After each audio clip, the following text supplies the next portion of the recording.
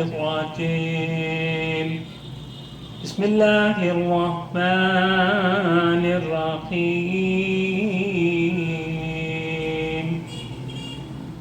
قال الملأ الذين استكبروا من قومه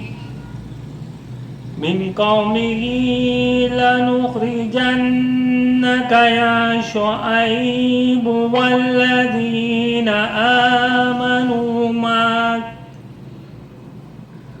معك من قريتنا أو لتعودن في ملتنا قال ولو كنا كارهين قد افترينا على الله كذبا إن عدنا في ملتكم بعد إذ نجانا الله منها وما يكون لنا أن نعود فيها إلا أن يشاء الله ربنا وسع ربنا كل شيء علما على الله توكلنا ربنا افتح بيننا وبين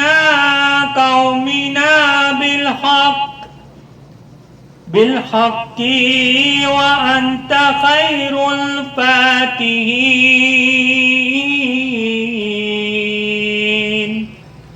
صدق الله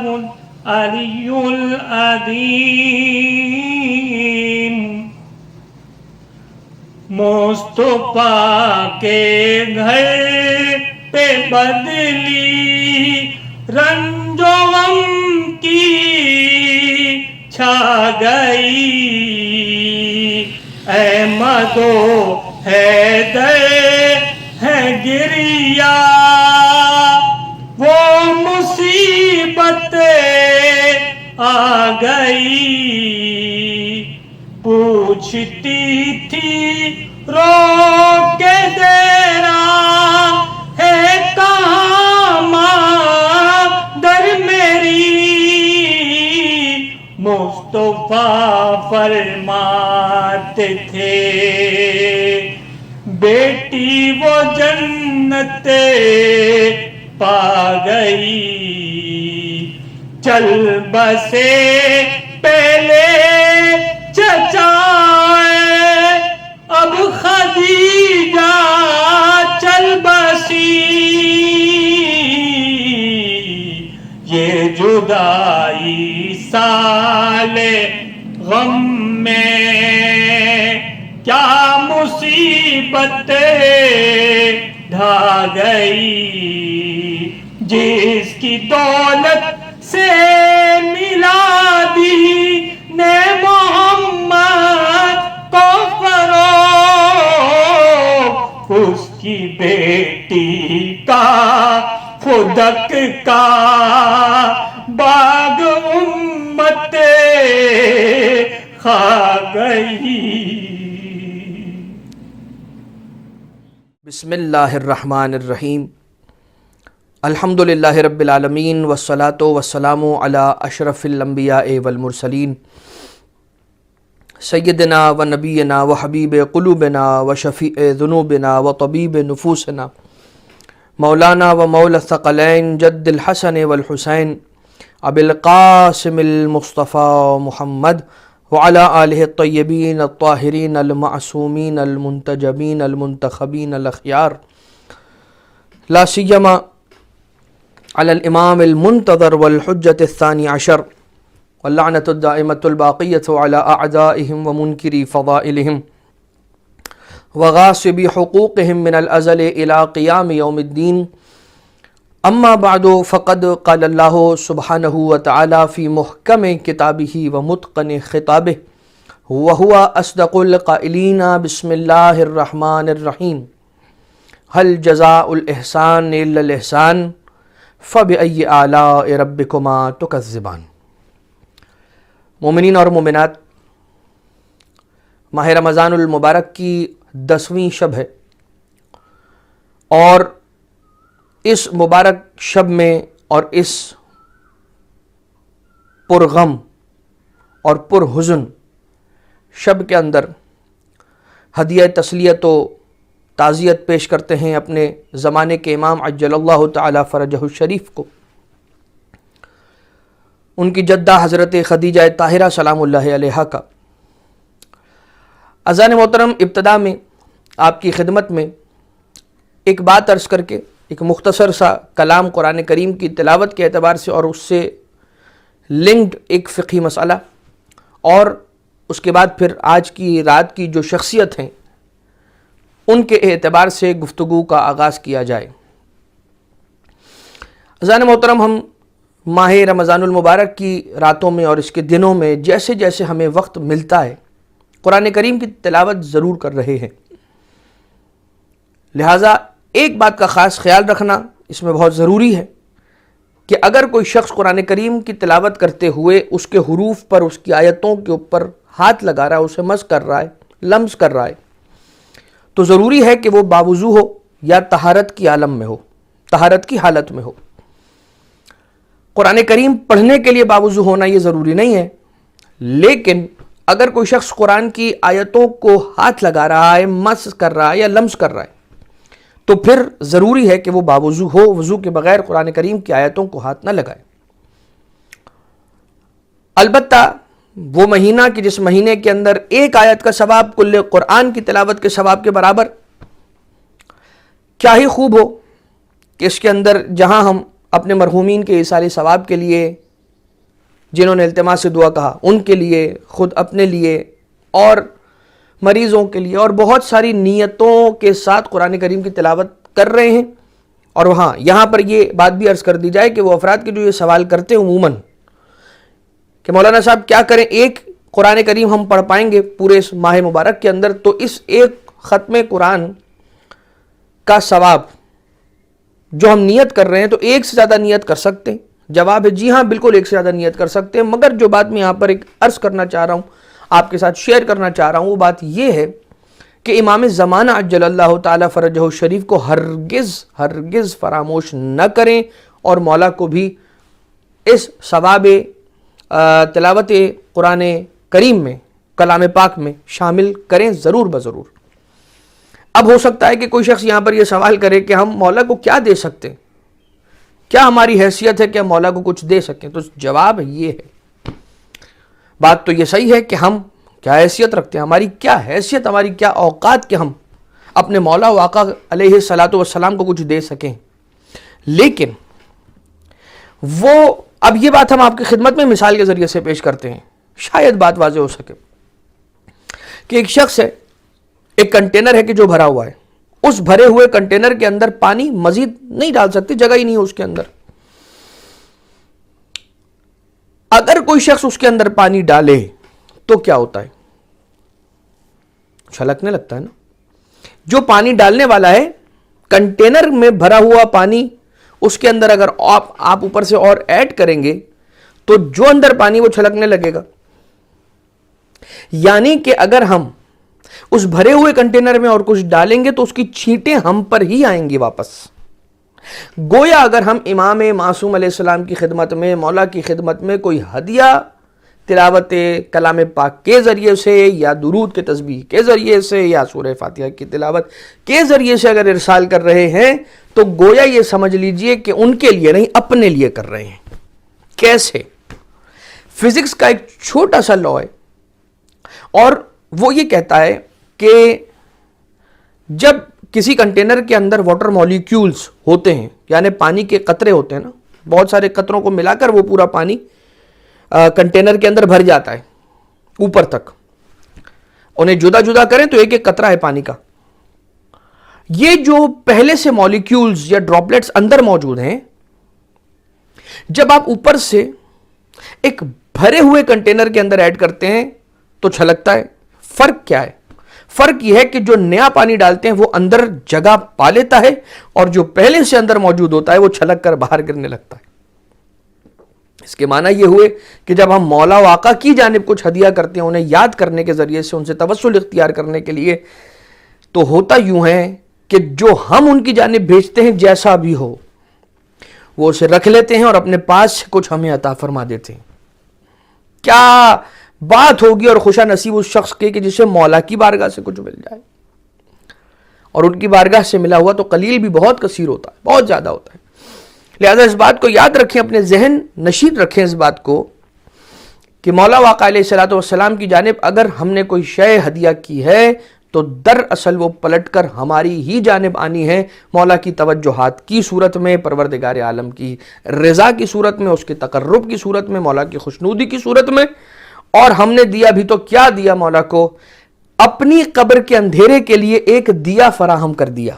بس یہ بات ہے. لہذا سامرہ کا وہ واقعہ یاد کیجئے کہ جب امام علی النقی علیہ السلام سامرہ کے اندر موجود ہیں، متوکل نے ایک دن بلایا ہے اور اس ارادے سے بلایا ہے کہ امام معصوم علیہ الصلوۃ والسلام کو ایذا پہنچا سکے، مولا کو نقصان پہنچا سکے، یا نعوذ باللہ من ذالک امام علیہ الصلوۃ والسلام کو قتل کر دے، خدا نخواستہ. اب یہ تھی سچویشن سامرہ کی. اس سچویشن کے اندر اصفہان سے سفر کر کے سامرہ ایک شخص پہنچ رہا ہے جس کا نام ہے عبد الرحمن. یہ عبد الرحمن وہ ہے کہ جس کا تعلق اہل بیت کے مسلک سے نہیں ہے، اہل بیت کے چاہنے والوں میں سے بھی نہیں. ایک نارمل انسان ہے اور جانتا نہیں ہے کہ حضرت امام نقی علیہ السلام ہیں بھی یا نہیں ہے، اور کون ہے نہیں جانتا، تعارف نہیں رکھتا. اب جب یہ سامرہ پہنچا ہے تو دو باتیں. ایک بات یہ کہ یہ جو ہے عبد الرحمن یہ شکایتیں لے کر آیا اپنے علاقے والوں کی متوکل کے پاس کہ اس کا نمائندہ اب اصفہان میں ٹھیک کام نہیں کر رہا، شکایتوں کا موقع دے رہا ہے. دوسری بات یہ کہ اس کی اپنی کچھ پرابلمز ہیں اور اس کی اپنی کچھ مشکلات ہیں کہ جو مشکلات کوئی نہیں جانتا، بس اس کے علاقے والے جانتے ہیں. کیا کہ اس کے یہاں پر اولاد نہیں ہے، اولاد کا متمنی ہے لیکن اولاد نہیں ہو رہی. بہت امپورٹنٹ بات ہے کہ ذرا توجہ رکھیے گا تاکہ ہم جلدی سے اس نتیجے تک پہنچے اور اس کے بعد ذکر مبارک حضرت ام المومنین جناب خدیجہ طاہرہ سلام اللہ علیہ کا آغاز کر سکیں. اب جب یہ آیا ہے ایک مرتبہ، اس کی کیا تین پرابلمز ہیں. تین پرابلمز. ایک یہ کہ اس کے یہاں پر اولاد نہیں ہے، اولاد کا متمنی ہے لیکن اولاد نہیں ہو رہی. دوسری بات یہ کہ اس کی بڑی اراضی زمین ہے کہ جو کوئی ہڑپ کر کے غصب کر کے بیٹھا ہوا ہے، واپس نہیں کر رہا، اور اس کا ایک بڑا مال، ایک بڑی تعداد کے اندر مال، کثیر مال کسی نے کھایا ہوا ہے جو اسے نہیں دے رہا. اب یہ یا عبد الرحمن جانتا ہے یا اس کے بہت قریبی افراد جانتے ہیں، اس کے علاوہ نہیں. یہ چلا عبد الرحمن سامرہ، اور سامرہ جب پہنچا تو اس نے وہ منظر دیکھا کہ جو ہم نے آپ کی خدمت میں عرض کیا کہ سامرہ کا سینیریو جو تھا وہ اس نے دیکھا. وہاں ایک مرتبہ کیا کرتا ہے، رکتا ہے،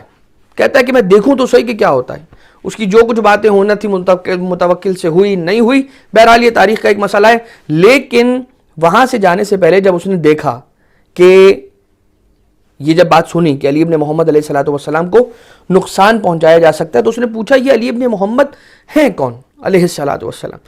کہنے لگے لوگ جن سے پوچھا تھا اس نے، ان لوگوں نے جواب دیا کہ یہ رسالت ماب کے خانوادے سے تعلق رکھنے والے ان کی پشت سے ان کے فرزند ہیں. لہٰذا وہ کہتا ہے کہ میں رک کر دیکھوں کہ کیا ماجرا ہونے جا رہا ہے یہاں پر. اتنے میں سواری مولا کی نمودار ہوئی اور یہ کہتا ہے کہ میری نگاہ حضرت علی ابن محمد علیہ الصلوۃ والسلام علیہ آلاف التحیت والثنا مولا کی کہ چہرہ مبارک پر، چہرہ انور پر، چہرہ درخشاں پر مولا کی نگاہ پڑی. کہتا ہے کہ جیسے ہی میری نگاہ حضرت علی النقی علیہ السلام پر پڑی،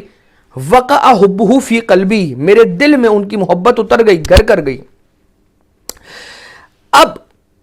اس کے دل سے یہ دعا نکلی اسی وقت، بس دل کے اندر یہ خیال آیا، زبان پر وہ دعا جاری نہ ہوئی. کیا خیال آیا کہ پروردگار ان کی حفاظت فرما، آج متوکل انہیں کوئی نقصان نہ پہنچا سکے.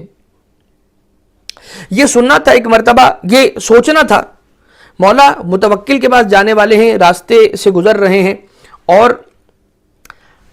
راستے میں وہاں سے مولا کی سواری گزری کہ جہاں پر عبد الرحمن کھڑا ہوا تھا. مولا رکے, اس کی طرف متوجہ ہوئے, ابھی تک کوئی تعارف, کوئی بات, کچھ نہیں ہوئی. مولا رکے, عبد الرحمن ابن فلاں, پروردگار عالم نے تیری دعا کو قبول کر لیا ہے. دلوں کے خیالات کو جاننے والے امام علی النقی علیہ السلام, فرزند رسول, اور پروردگار تیری حاجتوں کو بھر لائے. یہ کہہ کر مولا تشریف لے گئے متوکل کے دربار میں. بات یہاں پر ختم ہو گئی, وہ اپنے گھر چلا گیا. آج پریزنٹ ڈیٹ میں جب وہ بتا رہا ہے, واقعہ سنا رہا ہے, واقعہ نقل کر رہا ہے, تو کہتا ہے کہ میں تو سامرا سے اپنے وطن واپس آ گیا, اپنے شہر واپس آ گیا, مگر آنے کے بعد پروردگار عالم نے امام کی دعا کے صدقے میں مجھے 12 فرزند عطا کیے, 12 بیٹے نصیب کیے. اور پروردگار عالم نے امام کی دعا کے صدقے میں مجھے جو میرا مال اور جو میری زمینیں غصب شدہ تھیں وہ مجھے واپس دلوا دیں. آج میرے پاس بہت مال ہے, آج میرے پاس زمینیں اپنی بھی ہیں اور وہ اضافہ ہو گئی ہیں, مال میرا بھی ہے اور وہ اضافہ ہو گیا ہے, اور میری اولاد 12 فرزند کی صورت میں میرے پاس موجود ہے. پروردگار عالم نے مجھے اس دعا کے صدقے میں جو امام نقی علیہ السلام کی دعا تھی یہ سب کچھ عطا کیا. سوچئے اس کے معنی یہ ہوئے کہ ہم جو دعائے سلامتی امام زمانہ عجل اللہ تعالی فرجہ الشریف پڑھتے ہیں, یہ ان کے لیے تو ہے ہی ہے, اگر وہ قبول کر لیں, وہ راضی ہو جائیں, وہ خوش ہو جائیں اس سے. لیکن یہ بات یاد رکھیے گا, دراصل وہ ہمارے اپنے لیے ہے. سلامتی امام زمانہ علیہ السلام کی دعا ایک ایسی دعا ہے کہ جو مقبول دعا ہے, پروردگار عالم نے پہلے ہی اسے قبول کیا ہوا ہے. اللہ نے اپنی رحمت کے سائے میں سنبھال کر اور محفوظ کر کے رکھا ہے فرزند زہرا جناب نرجس کے لال کو, حضرت حسن عسکری علیہ السلام کے فرزند کو, ہمارے اور آپ کے زمانے کے امام علیہ السلام کو. تو پھر اگر میں ان کی سلامتی کی دعا کر رہا ہوں تو کیا میری سلامتی کی دعا کی وجہ سے وہ سلامت رہیں گے؟ نہیں, پروردگار عالم نے انہیں ویسے ہی سلامت رکھنا ہے. ہوتا اس کا اثر یہ ہے کہ میں دعا ان کے لیے کرتا ہوں اور سلامتی پروردگار مجھے عطا کرتا ہے. گویا میں ان کی سلامتی کی اگر دعا کروں گا تو وہ پلٹ کر میری ہی جانب آئے گی اور مجھے ہی لگے گی. لہٰذا دعائے اللہم کل ولیک الحجت ابن الحسن کثرت کے ساتھ پڑھا کیجئے اور پڑھنی چاہیے. لہٰذا بات کو, گفتگو کو آگے بڑھائیں. ہم نے کیا کہا کہ ہم مولا کو کیا دے سکتے ہیں؟ یقیناً ہم مولا کو کیا دے سکتے ہیں. آپ سوچئے کہ وہ خدا کہ جو کائنات کا مالک ہے, جو کائنات کا خالق ہے, جو کائنات کا رب ہے, جو کائنات کا مولا و سید و سردار ہے, اللہ نے اپنے حبیب کے یہاں پر کس چیز کی کمی رکھی تھی؟ کسی چیز کی کمی نہیں تھی. وہ خدا کی جس نے اپنے حبیب کو یہ طاقت اور قوت و اختیار اور ولایت عطا کی ہوئی ہے کہ اگر چاہیں تو چاند کو 2 ٹکڑے کر دیں اپنے اشارے سے, چاہیں ارادہ کریں تو سورج کو پلٹا دیں, چاہیں تو جو ارادہ کریں وہ مکمل ہو سکتا ہے, کر سکتے ہیں. لیکن پروردگار عالم نے کہا کہ وَوَجَدَكَ عَائِلًا فَأَغْنَا, اے محمد مصطفیٰ, اے حبیب خدا, اے میرے پیارے, ہم نے آپ کو غنی کیا حضرت خدیجہ طاہرہ سلام اللہ علیہا کے ذریعے سے. یہ اعزاز ہے حضرت جناب خدیجہ طاہرہ سلام اللہ علیہا کہ پروردگار عالم نے ان کے ذریعے سے رسالت مآب کو غنی کیا. عزیزان محترم, رسالت مآب کے یہاں بعد حضرت خدیجہ کہہ لیجیے یا جناب خدیجہ سلام اللہ علیہا کے ساتھ ساتھ کہہ لیجیے, تقریباً اب روایت کے اختلاف کے ساتھ تقریباً 15 ازواج کی تعداد ملتی ہے. حضرت خدیجہ کے علاوہ 14, جناب خدیجہ سلام اللہ علیہا کو ملا کر 15. اس فیکٹ کے ساتھ اور اس حقیقت کے ساتھ کہ جب تک جناب خدیجہ طاہرہ سلام اللہ علیہا حیات ہیں, وہ 25 سال رسالت مآب نے کہ جو جناب خدیجہ طاہرہ سلام اللہ علیہا کے ساتھ گزارے ہیں, اس وقت کائنات کے رسول نے اور کسی سے عقد نہ فرمایا, صرف اور صرف بی بی خدیجہ طاہرہ بی بی ام المومنین سلام اللہ علیہا کے ساتھ رہے, اور آپ کے ہوتے ہوئے کسی اور کے ساتھ عقد نہیں فرمایا. لیکن اگر آپ یہ دیکھیں, موازنہ کریں یا دیکھیں سمجھنے کے لیے کہ جتنی اور ازواج ہیں وہ پناہ لے رہی ہیں یا وہ پناہ گاہ سمجھتے ہوئے قیام کر رہی ہیں رسول کے پاس. اور جناب خدیجہ طاہرہ کے کیس کے اندر یہ ہے کہ رسالت مآب کو پناہ دی ہے جس بی بی نے اسے خدیجہ طاہرہ کہتے ہیں. دیگر ازواج رسول کی کفالت میں ہیں یا رسول کے گھر میں آ کر رہ رہی ہیں, اور رسول اکرم خدیجہ طاہرہ سلام اللہ علیہا کے گھر میں تشریف لے کر آ رہی ہیں. اور کیا مال خدیجہ طاہرہ سلام اللہ علیہ بی بی ملیکۃ العرب ہے. آپ کا کیا لقب ہے؟ ملیکۃ العرب. ملیکۃ العرب بی بی عرب کی ملکہ ہیں. 80,000 اونٹ, 400 غلام اور کنیز, ایک ایسا بڑا سا مکان کہ جس کی 4 منزلیں ہیں. ہر منزل اتنی وسیع و عریض ہے, اتنی بڑی ہے کہ جس میں ہر منزل کے اندر, ایک منزل کی صورتحال یہ ہے کہ اس میں سارا کا سارا مکہ سما سکتا ہے. 80,000 اونٹ ہی کی بات اگر آپ دیکھ لیجئے تو ایک اونٹ کے معنی یہ سمجھ لیجئے کہ ایک آج کل کے دور کی بہت ہی مہنگی کوئی سواری, ایک گاڑی اگر وہ ہو تو بہت مہنگی سواری, لوڈر کہہ لیجئے, ٹرک کہہ لیجئے, لوری کہہ لیجئے, جس کی 80 گاڑیاں ہوں اس طرح کی, بہت بڑی بات. 800 نہیں, 8,000 نہیں, ویسی 80,000 سواریاں یعنی کہ اونٹ. اور ان اونٹوں پر بی بی کا سامان تجارت ایک جگہ سے دوسری جگہ آتا ہے اور دوسری جگہ سے ایک جگہ جاتا ہے. یہ جو تجارت ہے بی بی کی, یہ پورے عرب کے اندر پھیلی ہوئی ہے. رسالت مآب بھی جناب خدیجہ کے تجارت کا سامان لے کر ایک آدھ مرتبہ تشریف لے کر گئے, اور جب اوصاف اس شخص نے بتائے کہ جو رسالت مآب کے ساتھ تھا اس سفر تجارت میں, تو جناب خدیجہ سلام اللہ علیہا مائل ہوتی ہیں رسالت مآب کے کردار کی جانب اور وجود اقدس نورانی سرور کائنات کی طرف. اور پھر آپ یہ سوچئے کہ نہ کوئی تکبر, نہ کوئی مزاج کے اندر بڑائی, کچھ نہیں. بی بی طاہرہ سلام اللہ علیہا, جناب خدیجہ طاہرہ سلام اللہ علیہا رسالت مآب کو عقد کا پیغام بھجواتی ہیں, اور اس کے بعد اس خواہش کا اظہار بھی جناب خدیجہ سلام اللہ علیہا نے فرمایا ہے, مادر بطول نے فرمایا ہے کہ آپ میرے لیے بہت خوشی کا باعث ہوگا کہ اگر آپ میری جانب آ کر ہمارے گھر میں آ کر قیام فرمائیں. اور پھر رسالت مآب. اب یہاں پر احسان خدیجہ کیا, سب سے پہلے تو کردار جناب خدیجہ سلام اللہ علیہ دیکھیے. اب اگر آپ اس سے اندازہ لگائیں کہ بی بی ملیکۃ العرب ہیں, عرب کی سب سے بڑی تاجر ہستی جناب خدیجہ طاہرہ سلام اللہ علیہ ہیں,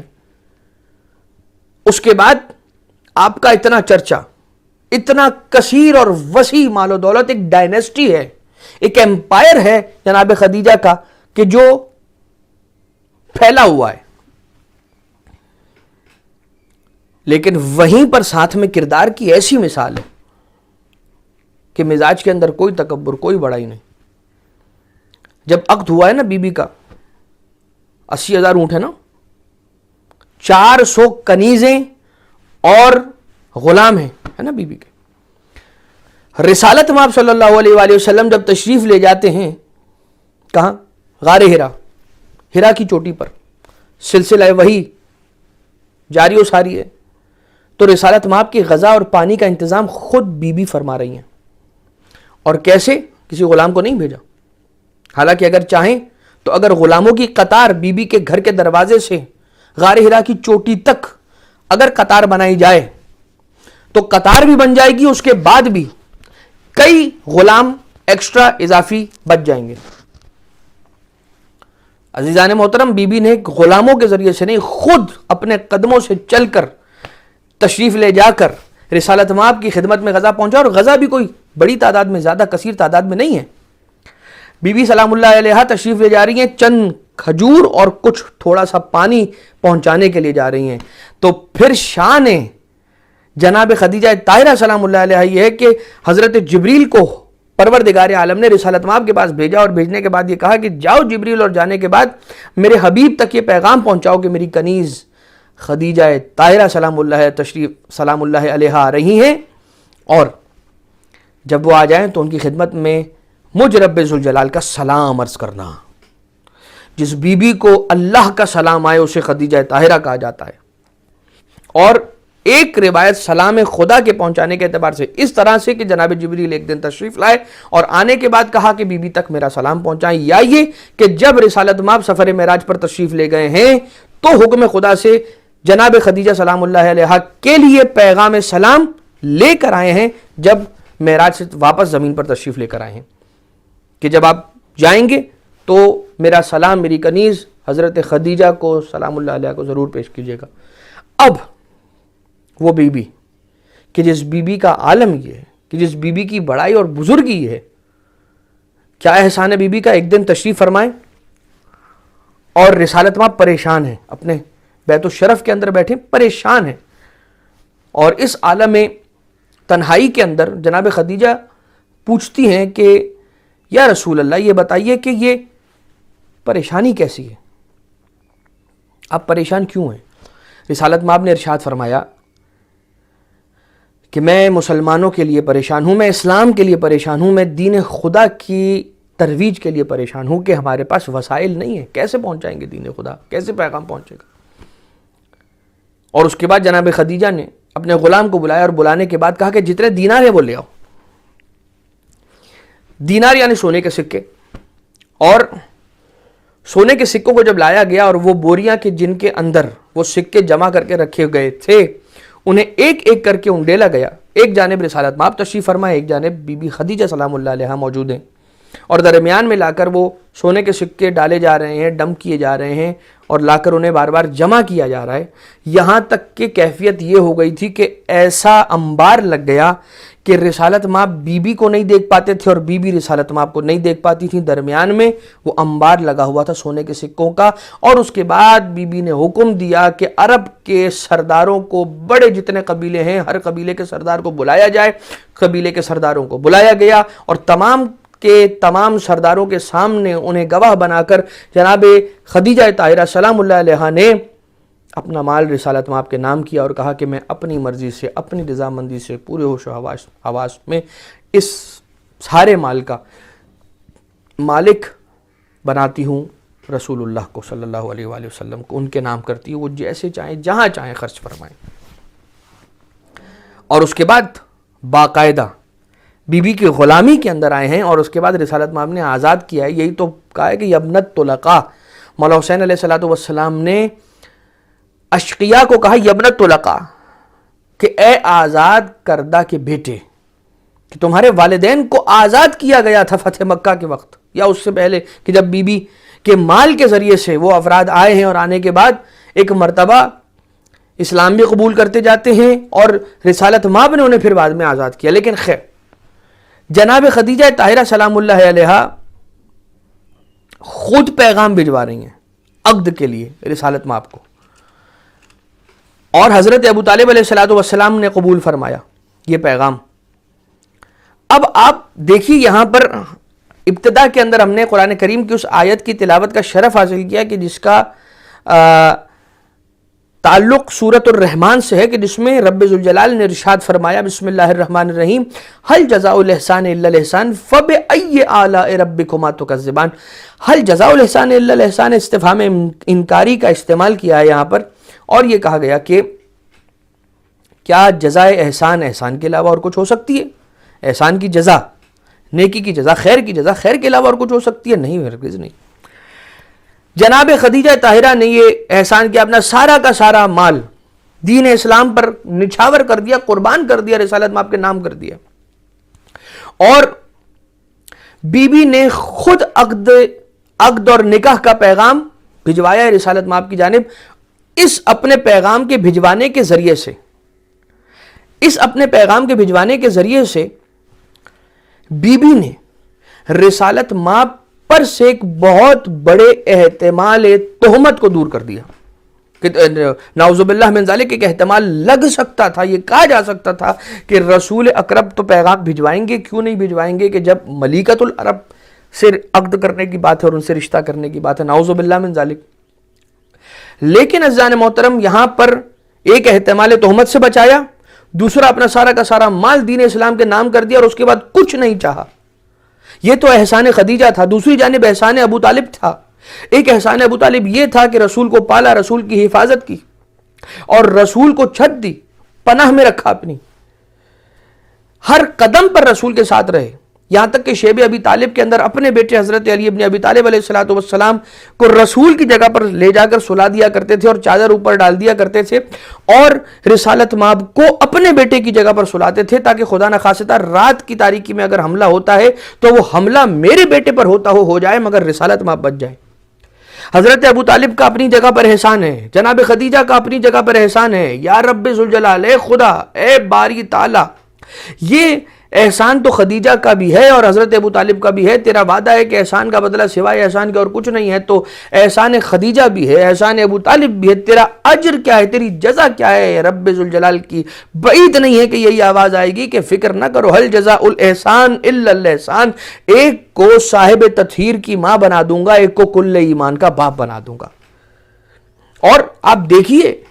کہ پروردگار عالم نے کیا انداز اختیار کیا, اور پھر رسالت مآب نے بھی اس سال کو عام الحزن, غم کا سال قرار دیا ہے کہ اس سال شیب ابی طالب کے اندر 3 سال گزارنے کے بعد جو رجب آ رہی ہے, اس رجب کے اندر حضرت ابو طالب اس دنیا سے رخصت ہو رہے ہیں. وہی رجب گزری, وہی ماہ رجب گزرا, پھر شعبان آیا اور اس کے بعد ماہ رمضان آیا, اور اسی ماہ رمضان کی 10 تاریخ کو حضرت خدیجہ سلام اللہ علیہا اس دنیا سے رخصت ہو گئی. رسالت مآب نے اس سال کو عام الحزن قرار دیا. اب جناب خدیجہ کی یہ فضیلت تو لوگوں کے سامنے ہے. وَوَجَدَكَ عَائِلًا فَأَغْنَىٰ, حضرت ابو طالب علیہ السلام کی فضیلت ہے. جب لوگ جناب خدیجہ کی فضیلت کو گھٹا نہ سکے تو ان کی عمر کو بڑھانا شروع کر دیا, اور یہ کہنے لگے کہ وہ تو بوڑھی ہو چکی تھی, وہ تو ضعیفہ تھی, نعوذ باللہ من ذالک. حالانکہ روایتوں میں ملتا ہے کہ ہجرت سے تقریباً 68 سال پہلے, یا اس اعلان رسالت سے تقریباً 43 یا 55 سال پہلے, اب اختلاف روایت کے ساتھ, کہ جس کے مطابق بی بی کی زیادہ سے زیادہ عمر مبارک 28 سال ہے, اس سے زیادہ نہیں. لیکن چونکہ بی بی کے فضیلت کو گھٹا نہ سکے تو ان کی عمر کو بڑھانا شروع کر دیا. لیکن پروردگار عالم نے تو یہ طے کر کے رکھا تھا کہ رسول اکرم کو اولاد, کتنی ازواج ہیں رسول کی, کسی زوجہ سے رسول کو اولاد نہیں ہوئی بجز جناب خدیجہ طاہرہ سلام اللہ علیہا کے. اب آپ سوچئے کہ ہماری اور آپ کی جنت, الجنت تحت اقدام الامہات, ماؤں کے قدموں تلے جنت ہے. جنت ماؤں کے قدموں تلے ہے. ہماری آپ کی جنت ہماری ماؤں کے قدموں میں ہے. اور وہ بی بی کے جو سیدۃ نساء العالمین ہیں, جنت کی عورتوں کی سردار ہیں جناب فاطمہ زہرا, ان کی جنت جس بی بی کے قدموں میں ہے اس کا نام ہے حضرت ام المومنین خدیجہ طاہرہ سلام اللہ علیہا. لہذا بی بی کی قربانی کا کوئی مول نہیں ہے, انمول قربانی ہے حضرت خدیجہ سلام اللہ علیہا کی. آپ دیکھ لیجئے پروردگار عالم نے کیسا نظام رکھا رسول اکرم کے دل میں, وہ محبت کہ جو حضرت خدیجہ سے سلام اللہ علیہا سے ہے.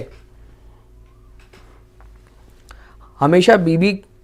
کے گزر جانے کے بعد, بی بی کی وفات, رحلت, شہادت کے بعد, اب شہادت اس لیے بھی کہنا بہتر ہے کہ وفات عام لفظ ہے, شہادت خصوصیت کے ساتھ کہا جاتا ہے. ہم اور آپ جن اہل بیت کی محبت میں اپنے گھر پر, بستر پر, مرض میں تبھی موت مر جائے نا, دل میں ان کی محبت ہو تو شہادت کی موت ملتی ہے. تو سوچئے کہ جن کی محبت کی وجہ سے عام موت شہادت کی موت بن جائے, خود جب وہ اس دنیا سے رخصت ہوتے ہوں گے تو ان کے گزرنے اور ان کی رحلت کا اور ان کی موت کیا عالم, شہادت, اسی لیے کہا جاتا ہے شہادت. لیکن اب بہرحال چونکہ ایک عام لفظ ہے کہ اگر شہادت نہیں ہے تو وفات کا لفظ استعمال ہوتا ہے, تو بہرحال وفات کا بھی لفظ استعمال کیا جا سکتا ہے، اس میں کوئی قباحت نہیں ہے، لیکن رسالت مآب جناب خدیجہ سلام اللہ علیہا کو گاہے بگاہے یاد کیا کرتے تھے۔ تو رسول کی ازواج میں سے ایک زوجہ نے ناراضگی کا اظہار کرتے ہوئے کہا کہ اللہ نے آپ کو اور بھی جوان ازواج دی ہوئی ہیں، کم عمر ازواج اللہ نے آپ کو دی ہوئی ہیں، دیگر آپ ان کی طرف مائل نہیں ہوتے، آپ ان کی تعریفیں نہیں کرتے، جب بھی دیکھو نعوذ باللہ من ذالک خاکم بدہن اس بڑھیا کو یاد کرتے ہیں، اس ضعیفہ کو یاد کرتے ہیں، استغفر اللہ ربی واتوب الیہ۔ رسالت مآب نے جب یہ جملہ سنا ہے تو ایسا غضب رسول اکرم کے چہرے پر نظر آیا،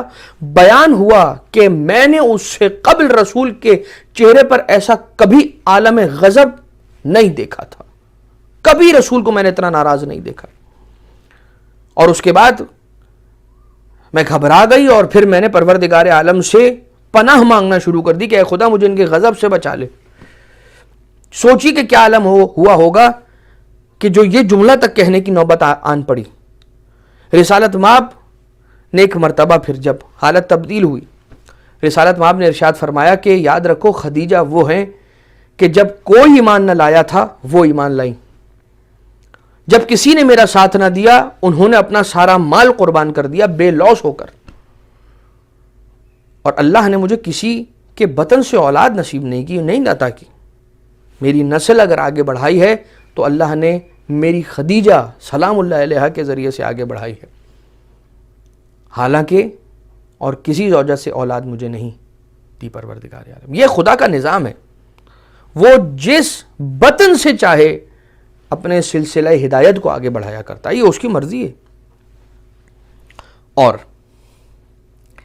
جناب خدیجہ سلام اللہ علیہا مکمل طور پر اپنے آپ کو قربان کیا ہے، اور مکمل طور پر جناب خدیجہ سلام اللہ علیہا نے خود کو واری کیا ہے رسالت مآب کے وجود اقدس پر، بے لوث، بے مثال۔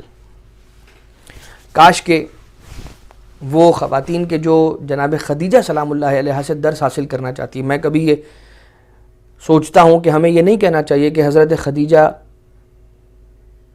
جیسی، کیونکہ جناب خدیجہ کا مقام بہت بلند ہے۔ ہماری خواتین مومنات کو حضرت خدیجہ سلام اللہ علیہا سے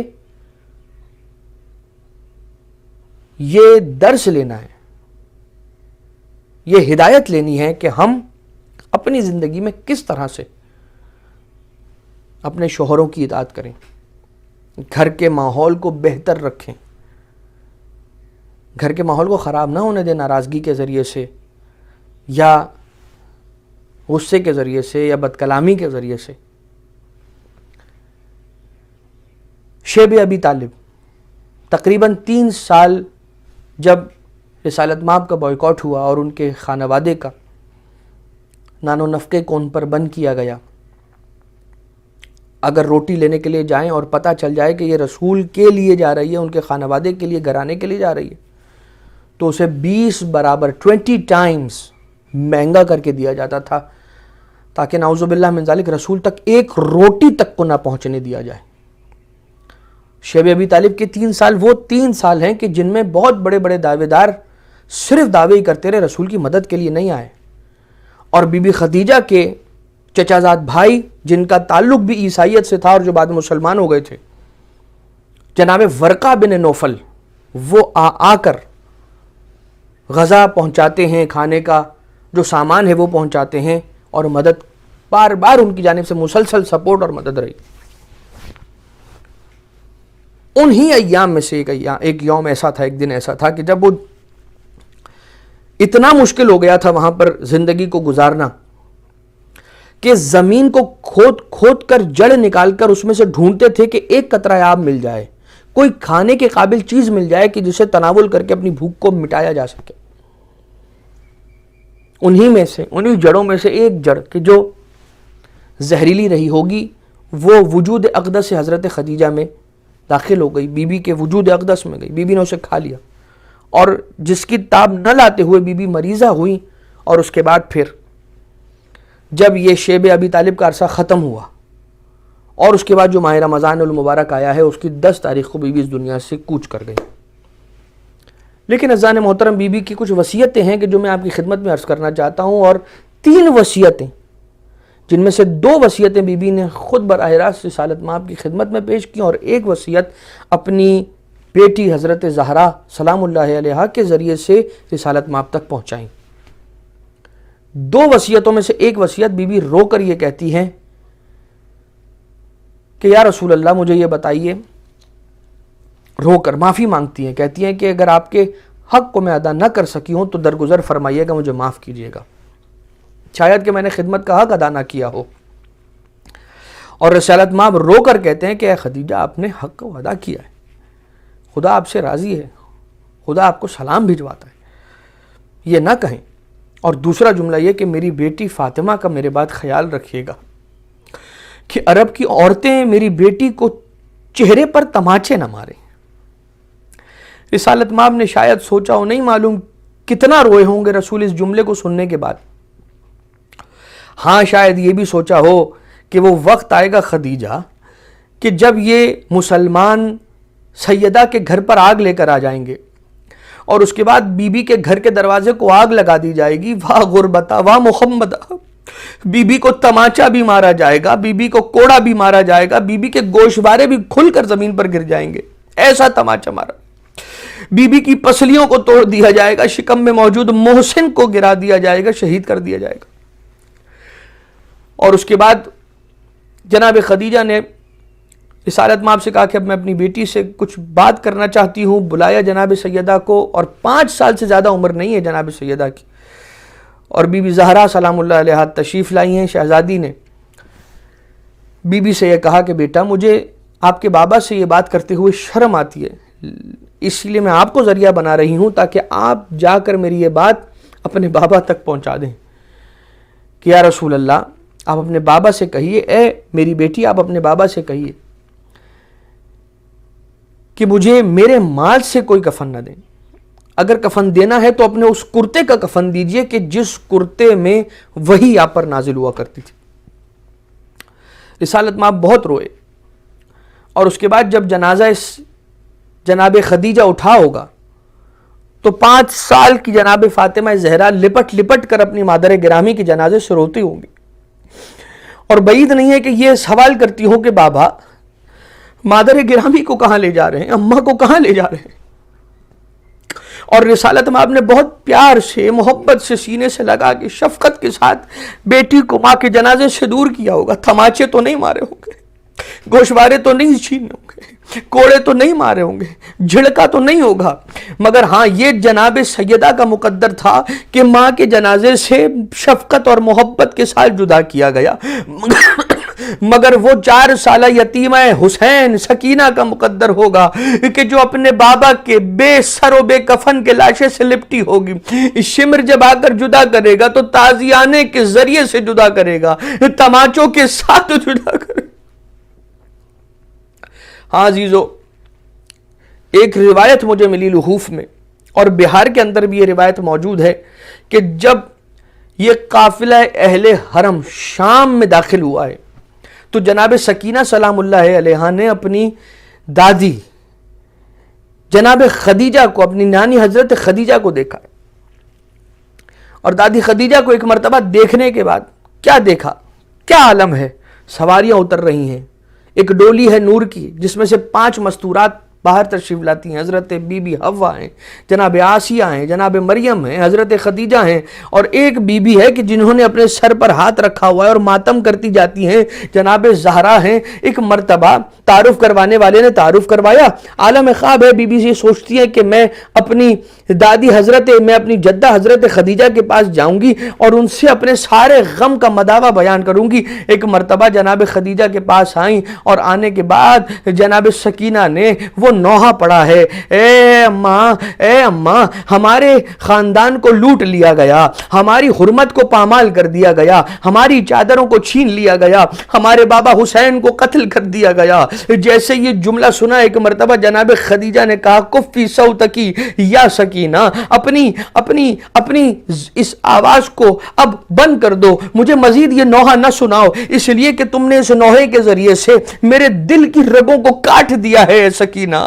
میں جانتی ہوں کہ تم پر کیا مظالم ہوئے ہیں، مگر ہاں اب یہ تمہارے بابا حسین کا کرتا ہے کہ جو خون آلودہ کرتا ہے، یہ اس وقت تک میرے پاس رہے گا کہ جب تک میں بارگاہ الہی میں نہ پہنچ جاؤں۔ روایت یہ بیان کرتی ہے کہ ایک مرتبہ جب عدالت رسالت مآب لگے گی، رجعت کے دور کے حوالے سے ملتا ہے کہ رسول اعلان کریں گے کہ ہے کوئی کہ جس کا کوئی حق باقی رہ گیا ہو، کہ اگر وہ حق مانگتا ہو تو اسے حق دے دیا جائے۔ ایک مرتبہ کوئی بلند نہ ہوگا، کوئی کھڑا نہ ہوگا، رسالت مآب کی خدمت میں جناب خدیجہ تشریف لے کر آئیں گی، بس آخری ایک جملہ ہے مصیبت کا، اور سب اپنے اپنے نصیب کے آنسو خدمت امام زمانہ میں پیش کریں، انہیں اپنی دادی حضرت خدیجہ سلام اللہ علیہا کا پرسہ پیش کریں، آج وہ آقا حسین کو پرسہ پیش کریں، آج حضرت زہرا کو پرسہ پیش کریں، آج مولا کائنات کو پرسہ پیش کریں، آج کائنات کے رسول کو رحمت للعالمین کو پرسہ پیش کریں۔ ایک مرتبہ جناب خدیجہ آئیں گی، آنے کے بعد سوال کریں گی کیا ہم نے سمت کی خدمت کا حق ادا نہ کیا؟ رسالت مآب فرمائیں گے بی بی بالکل ادا کیا، بس یہ سننا ہوگا۔ ایک مرتبہ جناب خدیجہ اپنی ابا کے دامن کو الٹیں گی، ایک لاشے کو پیش کریں گی اور پوچھیں گی کہ کیا اگر ہم نے خدمت کا حق ادا کیا تھا تو کیا یہی وہ اجر تھا کہ جو امت کی جانب سے ملنا چاہیے تھا؟ ارے وہ لاشا کون سا لاشا ہوگا؟ بی بی خدیجہ محسن کے لاشے کو پیش کریں گی اور دکھانے کے بعد رسول کو واسطہ دیں گی۔ جیسے ہی محسن کا لاشا دیکھا جائے گا، اہل جم سے سوال اٹھے گا، ارے مادر محسن حضرت زہرا نہیں موجود ہیں، لاش محسن جناب خدیجہ لے کر آئی ہیں۔ اتنے میں سب کی نگاہوں کو جھکایا جائے گا، زہرائے مرضیہ کی ڈولی آئے گی، سواری آئے گی، بی بی تشریف لے کر آ کر وہی سوال کریں گی کہ جو سوال جناب خدیجہ نے کیا تھا کہ بابا کیا ہم نے سمت کی خدمت کا حق ادا نہ کیا؟ جواب آئے گا کہ خدمت کا حق ادا کیا ہے۔ تو پھر ایک مرتبہ بی بی ابا کے دامن کو ہٹا کر ایک لاشا رسول کی خدمت میں پیش کر کے سوال کریں گی تو کیا یہی اجر کار رسالت تھا؟ کیا یہی اجر خدمت تھا؟ وہ لاشا کس کا لاشا ہوگا؟ ارے کوئی اور نہیں، 6 مہینے کے علی اصغر کا لاشا، خون میں لت پت لاشا ہوگا، چھدا ہوا گلا جو 3 بھال کے تیر کے ذریعے سے ذبح ہو گیا ہوگا۔ ارے یا امام زمانہ تشریف لائیے، آج بھی ویران ہے قبر حضرت خدیجہ، آج بھی ویران ہے قبر ائمہ بقی، ظہور فرمائیے جنت البقی کے مزارات کی تعمیر نو کے اسباب کو پروردگارہ تجھے واسطہ محمد و آل محمد کا ہماری اس عبادت کو اپنی بارگاہ سے مقبول و منظور فرما۔ رب ذوالجلال اہل بیت اطہار علیہم السلام کے قلب نازنی کو تسلیت اور تعزیت کا پیغام موصول فرما، ایصال فرما۔ پروردگار تجھے واسطہ اہل بیت اطہار علیہم السلام کا جیسا وہ ہمیں دیکھنا چاہتے ہیں ویسا زندگی گزارنے کی ہمیں توفیق عنایت فرما۔ اطاعت و اتباع اہل بیت کی ہم سب کو توفیق و سعادت نصیب فرما۔ بار الہ امام زمانہ کے ظہور میں تعجیل فرما۔ قلب نازنین امام زمانہ کو ہم سب سے راضی و خوشنود فرما۔ اہل بیت اطہار کے دشمنوں پر کبھی ختم نہ ہونے والے عذاب کو نازل فرما۔ امام کے صدقے میں مرحومین کی قبروں پر رحمتوں کی بارش نازل فرما۔ امام زمانہ علیہ السلام کے صدقے میں تمام مومنین کے رزق و روزگار میں اضافہ اور برکت و عافیت و وسعت عنایت فرما۔ تمام مریض الاحوال مومنین کو شفائے کلی عنایت فرما۔ امت محمدیہ کو اس وبائی مرض سے محفوظ فرما۔ ربنا تقبل منا انک انت السمیع العلیم بجاہ محمد وآلہ الطیبین الطاہرین وآخر الدعوانا ان الحمد للہ رب العالمین۔ بسم اللہ الرحمن الرحیم۔ سورہ فاتحہ کی گزارش ہے مرحوم غلام حسین جاپان واشنگ والا، رضا حسین غلام حسین جاپان واشنگ والا، زینب بھائی زوجہ غلام حسین جاپان واشنگ والا، فاطمہ بھائی حاجی بھائی، حسن علی نشاط نورانی، اشرف النساء بنت بچو بھائی، غلام حسین شریف، فاطمہ بھائی، محمد علی، سید حسن نواب، زہرا بھائی، غلام حسین، غلام علی، رحمت اللہ، انور علی، ضیاء جام نگری، اللہ رکھا بھائی، منور علی، غلام علی، شبیر حسین، محمد حسین، سغرا بھائی بنت نظر علی، نرگس بان خاتون بنت نظر علی، حسینہ بھائی، فدا حسین، امینہ بھائی، اللہ رکھا، صابرہ بھائی بنت عبد الحسین، اشرف النساء بنت راجن پردان، زرینہ بھائی، غلام حسین، بندے خدا کے مرحومین، مرحوم اکبر علی، معصوم علی، اکبر علی وزیر،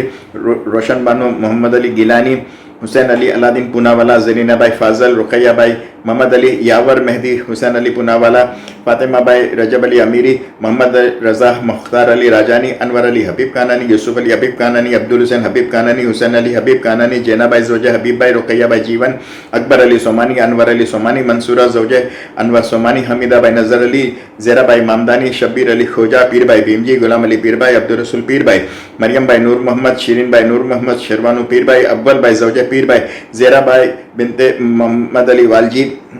سکینہ بائی زوجہ پیر بائی، شاکر حسین غلام حسین، خیر النساء بنت فدا حسین زوجہ شاکر، محمد حسین غلام علی، محمد علی رحمت اللہ پیر بائی، سجاد حسین محمد علی رحمت اللہ، نور محمد راجپر، رمضان علی نور محمد، شعبان علی نور محمد، علی رضا ہاشم اور کریم عبدالکریم والجی، منیرہ بنت پیار علی، سراج عبدالرسول، بچو علی ملجم مامدانی، زینب بنت سلیمان، شہربانو رحمت اللہ، فدا حسین کھوجا، نور بانو زوجہ فدا حسین کھوجا، رفیق احمد کھوجا، فاطمہ بائی جیراد، نسیم صادق علی، دلشاد کھوجا، راولیہ فیملی کے مرحومین، فاطمہ بنت احمد علی، فدا حسین نور محمد حیمانی، محمد فاطمہ بائی بنت غلام حسین، کریم by Fazil, Fatima by Ali by, علی حسین کرمانی، حسن علی مہر علی، غلام علی حسن علی، ریاض حسین حسن علی حیمانی، گل بانو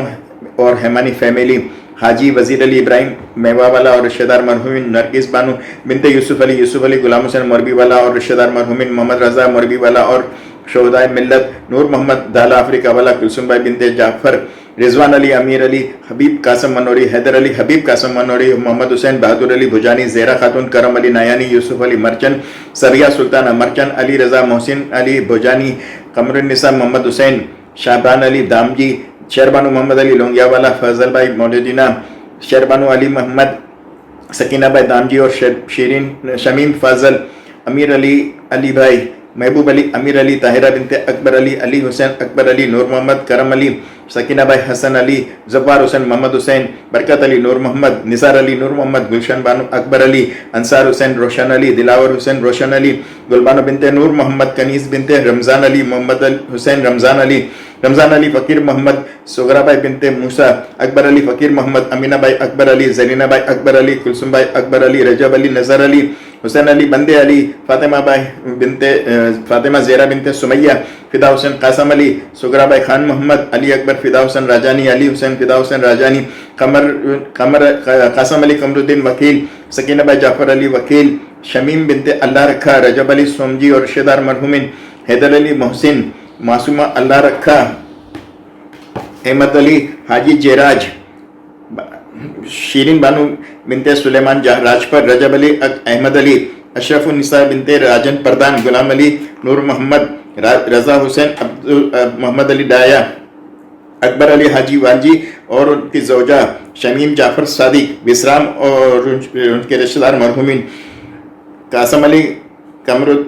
کرمانی اور ان کی زوجہ، محمد حسین بالو بھائی اور ان کی زوجہ سلمہ محمد حسین بالو بھائی، تمام علماء عزام مرحومین، تمام مراجعین کرام مرحومین، اس امام بارگاہ کے تمام مرحومین، ہم آپ سب کے مرحومین، مولانا صاحب کے مرحومین اور جن کا کوئی فاتحہ پڑھنے والا نہیں رہا ان سب کے لیے ایک سورہ فاتحہ۔ بسم اللہ الرحمن الرحیم، الحمدللہ رب العالمین، الرحمن الرحیم، مالک یوم الدین، ایاک نعبد و ایاک نستعین، اہدنا الصراط المستقیم، صراط الذین انعمت علیہم غیر المغضوب علیہم ولا الضالین۔ بسم اللہ الرحمن الرحیم، قل هو اللہ احد اللہ الصمد لم یلد ولم یولد ولم یکن لہ کفوا احد۔ بسم اللہ الرحمن الرحیم، قل هو اللہ احد اللہ الصمد لم یلد ولم یولد ولم یکن لہ کفوا احد۔ بسم اللہ الرحمن الرحیم، قل هو اللہ احد اللہ الصمد لم یلد ولم یولد ولم یکن لہ کفوا احد۔ ان اللہ وملائکتہ یصلون علی النبی یا ایھا الذین آمنوا صلوا علیہ وسلموا تسلیما۔ اللہم صل علی محمد وآل محمد۔